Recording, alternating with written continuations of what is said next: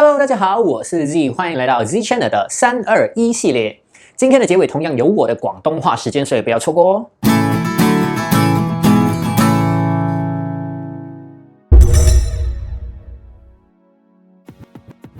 还有要想这样多做什么？正所谓在家靠父母，出外靠朋友。我们出来外面社会工作的时候，还要去想这样多面，有问题找朋友倾诉，这是很正常的吗？首先呢，我们都知道找朋友倾诉呢，也是一种很好的发泄。毕竟当朋友聆听了我们问题的时候，很多问题就解决了吗？有时候问题不是问题本身，而是我们没有发泄的管道，而朋友就是一个很好的发泄管道，不是吗？而且我们也说了嘛，出来交朋友，朋友就是拿来依靠的嘛。那如果你在依靠，都要想一下这个是不是要这样，这个是不是那样，这样你倒不如谁都不要依靠啦，就靠自己咯。最后，如果你说啦，你跟他讲了之后，他不懂，他不明白，不用紧，他帮不到你，可是并不代表他不知道别人帮不到你吗？可能他认识某个人是有能力帮助你解决你的问题的嘞，这样你不讲，他怎样知道你需要嘞，对不对？所以去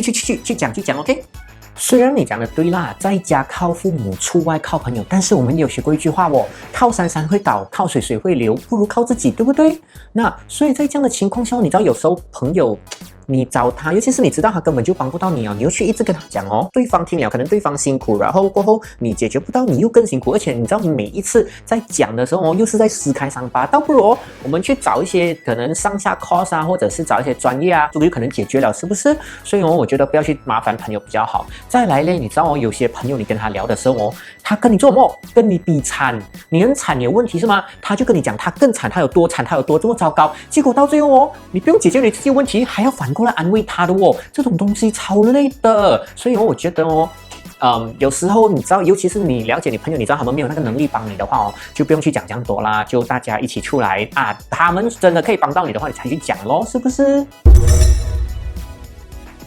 对于是否应该找朋友诉苦这件事情，我觉得首先你必须理清的是你自己的需要，你是否纯粹只是需要发泄，还是你真的需要他们给你一些帮助，让你解决你的问题？如果你纯属发泄的话，那其实无所谓，就去吧。相对的，如果你需要的是解决问题的话，这时候你就要了解，去找他这个人是否有能力帮你解决这个问题，不然的话，分分钟你必须向他解释整个过程，然后过后又要懂得去让对方明白你的事件，到最后你会很累，所以必须找到对的朋友，有能力的朋友来帮你解决这个事情。但是有些人呢会担心自己这样子去找对方，寻求帮助是在麻烦对方。要知道的是，对你来说很困难的事情，在对方的眼中或许是一件很容易解决的事情。因此，当你去找对方的时候，其实你在给予对方帮助你的一个机会。所以，与其说麻烦了对方，倒不如说你给对方有一个让他们能够展现自己能力的机会。当然，你也不要特地讲说，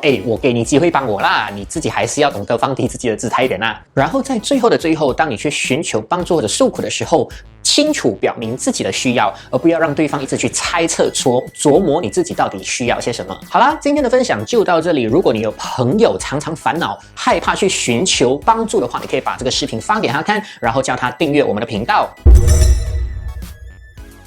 喺屋企靠父母，喺出邊靠朋友。